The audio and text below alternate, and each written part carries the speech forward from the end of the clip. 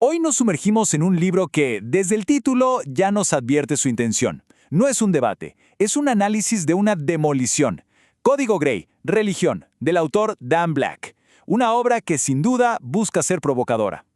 Y bueno, no hay que esperar mucho para entender de qué va.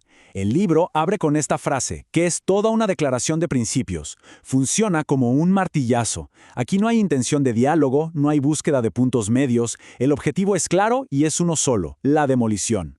Esto ya nos pone en contexto del tono radical que va a mantener todo el texto. Así que empecemos por el principio, por lo que podríamos llamar su manifiesto. ¿Cuál es la idea, la tesis central que sostiene toda esta estructura de pensamiento? Aquí está el núcleo de todo. La propuesta fundamental del libro es que la religión no tiene un origen divino, para nada. La plantea como un sistema, una creación humana, diseñada con un propósito muy terrenal, el control. Control social, control económico y, por supuesto, control político. Este es el punto de partida para todo el argumento que se va a desarrollar. Ok, pero ¿cómo funciona exactamente este sistema? El libro lo describe como una arquitectura del control que se sostiene principalmente sobre dos grandes pilares, el poder y el miedo. Según Código Grey Religión, este control se logra con varias herramientas. El libro describe, por ejemplo, cómo se impone una narrativa que no se puede cuestionar, una verdad absoluta, cómo se usan los mandatos divinos para anular las leyes civiles y, algo que considera crucial, cómo se utiliza la culpa y la amenaza del infierno para mantener a la gente a raya. Incluso, fíjense, llega a plantear que se glorifica la pobreza para evitar cualquier tipo de resistencia. El autor no se queda solo en el control psicológico, sino que hace una afirmación histórica bien potente. Usa esta metáfora. La fe no se habría esparcido como una semilla de forma pacífica, sino más bien como un virus, que, según el texto, necesitó de la violencia para poder expandirse. Muy bien, ahora entremos en detalle, en lo que el libro llama la mecánica de la sumisión. ¿Cuáles son puntualmente esas herramientas que identifica para lograrla? Para el autor, todo el edificio se sostiene sobre los textos sagrados. Así que el primer movimiento es, lógicamente, atacar esa base. Y lo hace con una pregunta. ¿De dónde vienen realmente estos textos? El primer concepto que introduce es el de atemporalidad. ¿Qué significa?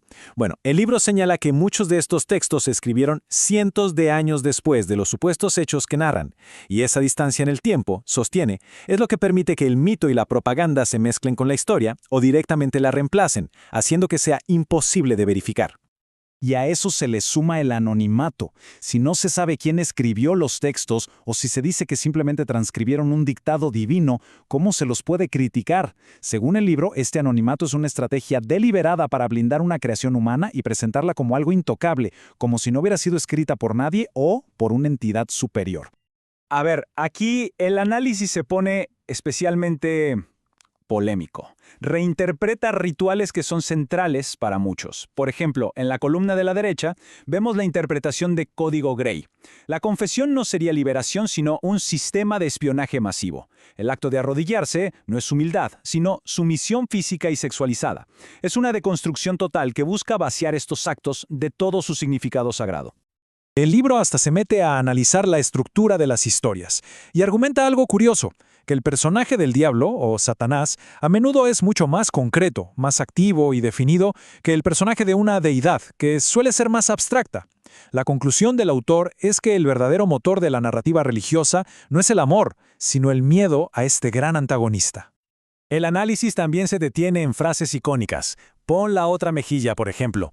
En el libro no se interpreta como un llamado al perdón, sino como una especie de programación para la pasividad, para aceptar la agresión sin oponer resistencia. Y pasa algo parecido con esta otra frase. Bienaventurados los pobres. Se presenta como una herramienta de control social muy eficaz. Según el libro, su función es hacer que la miseria parezca algo sagrado, prometiendo una recompensa en otra vida para que los oprimidos, bueno, no luchen por una vida mejor en esta, manteniendo así las jerarquías de poder tal como están.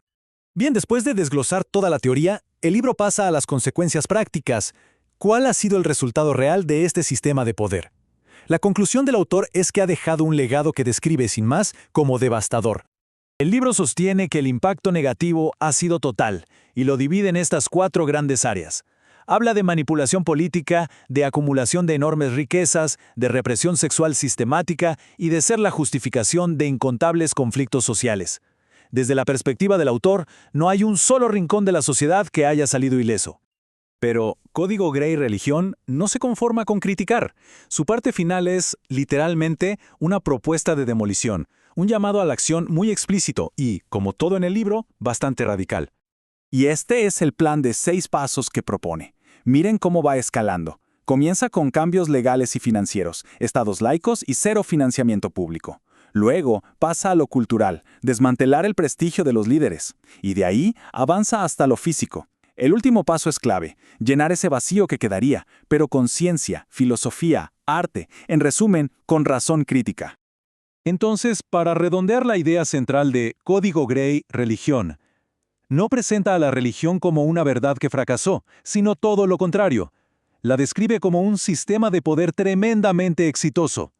Una obra maestra, sí, pero de ingeniería política, no de espiritualidad. Y al final, el libro no nos da una conclusión cerrada, nos deja con una pregunta flotando en el aire.